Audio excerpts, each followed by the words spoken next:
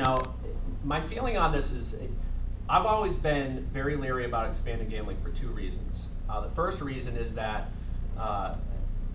one is proliferation, and my biggest fear is that we're going to have a bunch of casinos around the state if it's looked at as being a cash cow to meet our revenue needs, and that just cannot be the case because it would harm our quality of life, in my opinion, if we had casinos all around the state.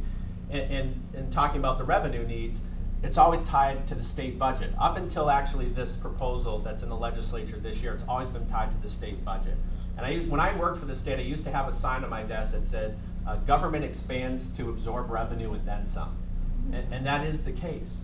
And so the proposal this year, I actually think got a little bit smart about it and said any revenue that comes in would go to offset business taxes. And so I think first of all, any proposal that I would see as viable would have to have two things most definitely in it. One, it would have to be very limited, one or two places, and look to see if there's any viability in those one or two places. But number two, any revenue that comes in from it would have to go to offsetting either business taxes or property taxes, but it could not be tied to the state budget. Or else what happens then is what happens in so many other states, that when those states go in the red again and they use casinos the first time to fill the revenue gap.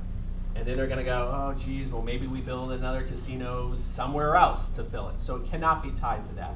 I won't dismiss any proposal that comes to me completely out of hand right away and say I'm not going to support anything, but it would have to be a very finely detailed, limited plan.